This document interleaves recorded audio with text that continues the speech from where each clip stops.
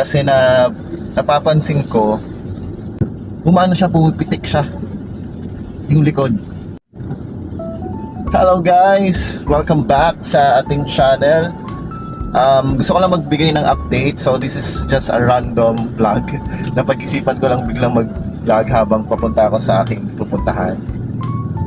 Kasi ano lang naiisip ko lang yung at least magbigay ng update sa inyo regarding doon sa pinakabit kong suspension na Ride Max, yung 4 setting, may 4 settings, tapos with king spring, 2-inch lift yon. So yung pinakabit kong yon. So ngayon magbibigay lang ulit ako ng update kasi doon sa current settings ko, ang nilagay ko doon is lahat sila 1 including yung likod.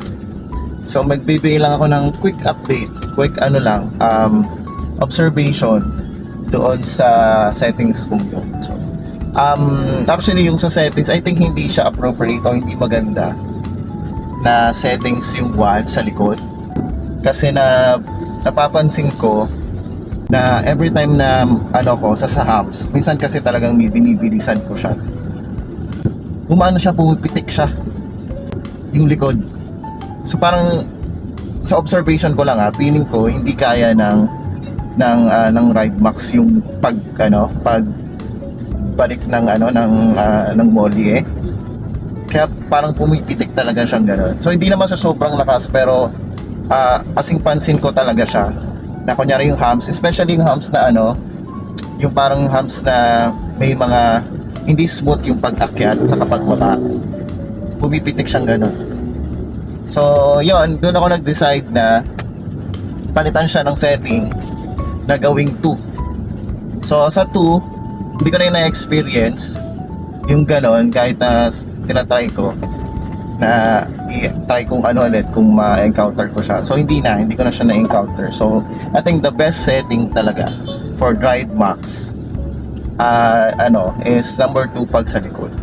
So regarding naman sa comfort niya, nung pinalitan ko siya ng 2, naging siya medyo, syempre tumigas ng konti. Pero parang almost the same naman siya. Hindi naman yung sobrang ang laki na ng pinagbago, parang gano'n.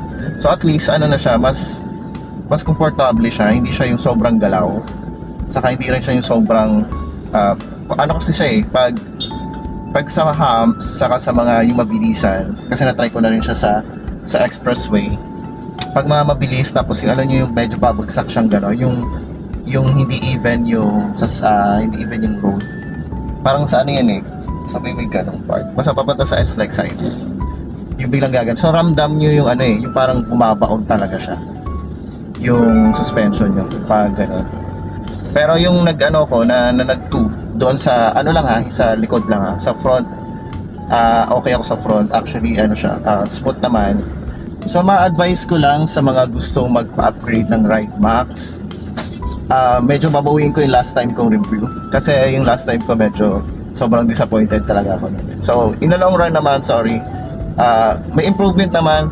So may improvement naman siya, saka napansin ko talaga yung mas smooth siya sa long ride. Yun yung yun. Pero dito nga sa sa city, especially dun sa mga lubak na nadadaan natin everyday, parang hindi mo siya masyado kasi talaga ma-appreciate yung magpalit ka ng suspension. Safe lang naman, pero gano'n. So yung smoothness lang talaga siya sa long ride at doon sa mga expressway. Doon ko siya talaga napansin na mas siya doon mas okay siya sa ganung paraan. Pero yung mga maliliit na lubak-lubak lang dito especially dito sa Mandaluyong, yun nga, almost the same. Kaya hindi mo siya masyado ma-appreciate. So yun, pero I suggest din na Max din, stock tires na. Kung naka-stock tires kayo, huwag na kayo magpalit. I'm talking about sa sa Ranger New Gen. Huwag na kayo kasi solid na yan I mean, smooth na talaga siya. Pero kung nagpalit nga kayo ng mabigat na bags, mabigat na tires, I think worth it din naman yung pagpalit ng Ride Max saka yung King Spring. Ay, one more thing. Kung magpapag-lift kayo, huwag na kayong gumamit ng black, yung lip black. Kasi napansin ko talaga dumidiretso na yung molly ko. Ganun ka lupit yung ano. Hindi pa ako hindi ako nagsasakay ng mabibigat pero napapansin ko lang pag yung mga passenger, kasi yung puno yung passenger, mga tao naman hindi load sa likod. Papansin ko talaga, ano na siya, straight na. Kaya I think hindi magandang o hindi advisable yung lift block. At ang pinaka the best na i-upgrade nyo is mag-add a lift na lang. At least yung add a lift kasi nakakatulong yun na bukod sa pagtaas yung pag-bounce mo is nakakatulong siya. Although medyo titigas siya ng konti based sa research ko. Konting-konti lang naman, pero at least pag nag-load kayo ng mga gamit sa likod or whatever, hindi naman siya magi-straight talaga. Yun yung napansin ko lang pala dun sa lift lock. So gusto ko lang parang at least i-share sa inyo. Pag magpapalift kayo, wag nang lift lock, add the lift na lang.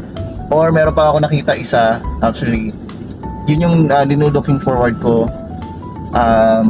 not very soon kasi meron pa akong isang upgrade na padating galing sa China. Hindi pa nga malinaw kung kailan dating niya, pero yun, pag nagawa ko na yun and then pag na-install ko na siya, siguro ang pinaka last upgrade ko na lang para masabi ko na satisfied na ako dito kay Tambay sa Ranger is yung malaking tires, mas malaki yung at 35 na siya, saka yung yung pagpalit ng molye, nakalimutan ko yung pangalan pero nakita ko yun na pinapalitan niya yung buong molye talaga. Tapos nakita ko yung hindi siya ganun kakapal, pero ang ganda ng pagka-curve niya, kaya feeling ko maganda yung bounce doon. So yun na yung mga aking mga looking forward na last upgrade ko, I think, para masabi ko na satisfied ako dito kay Ranger.